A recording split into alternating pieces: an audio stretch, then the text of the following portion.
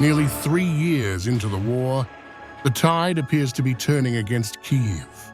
President Volodymyr Zelensky, who once vowed to reclaim every inch of Ukraine, now calls Donald Trump's ceasefire idea a good compromise. It's a sharp reality check for a leader now caught between exhaustion on the front lines and fading faith from his allies.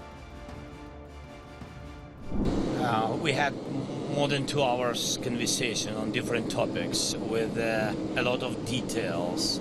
Yes, I think the most important details what we spoke about, how to defend ourselves, how to have unity and security guarantees, and the place of the United States, which is important in security guarantees for the future of Ukraine, and how now to go to political decisions. I mean, peace negotiations, diplomatic way how to stop Putin. That's why we had the long conversation. After our conversation, you saw messages, public messages from Trump. He proposed stay where we stay and begin conversation. I think that was good compromise, but I'm not sure that Putin will support it, and I said it to the President. In Washington, Trump bluntly declared that while Ukraine could win, I don't think they will.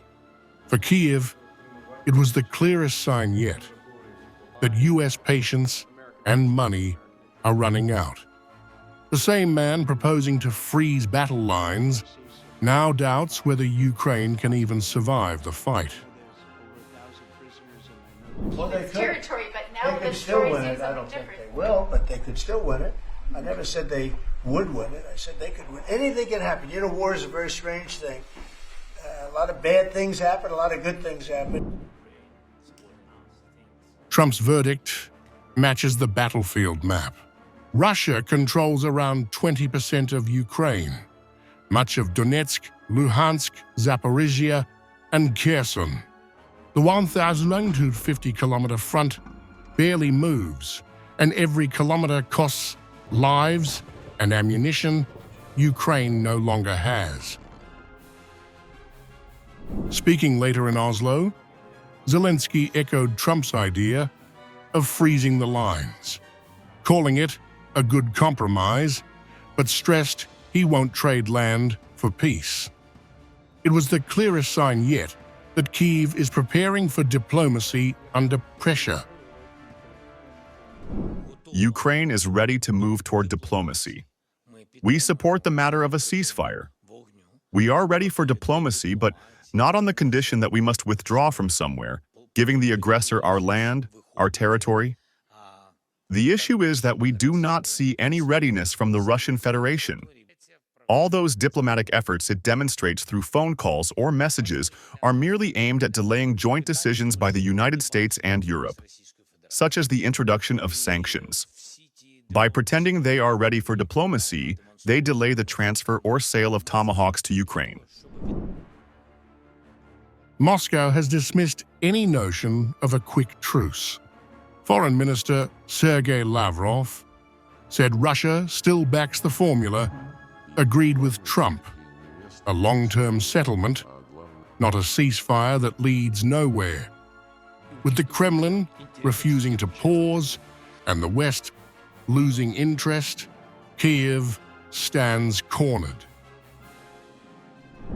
Russia has not changed its position compared to the understandings reached during the extensive negotiations between Putin and Trump in Alaska. Those understandings are based on the reached agreement, which President Trump aptly expressed when he said that what is needed is a long-term, sustainable peace, not an immediate ceasefire that would lead nowhere. We remain fully committed to this formula, and I reaffirmed it yesterday in my conversation with Marco Rubio. Those who are now trying to persuade our American colleagues to change their position and to abandon the pursuit of a long-term, sustainable settlement, we know who they are. These are Zelensky's European patrons and sponsors.